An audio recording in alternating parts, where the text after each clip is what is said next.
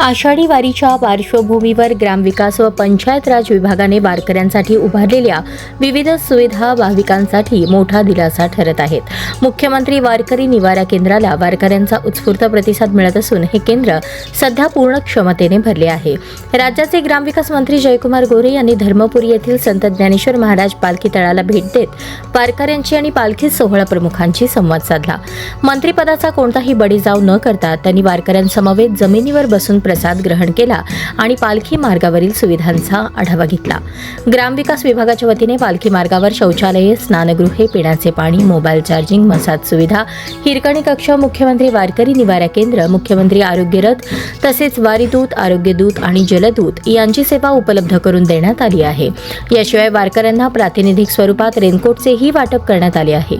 Mobile आरोग्यदूत मोटरसायकलवरून वैद्यकीय सेवा देत असून वारकऱ्यांना चालता बोलता उपचार मिळत आहेत.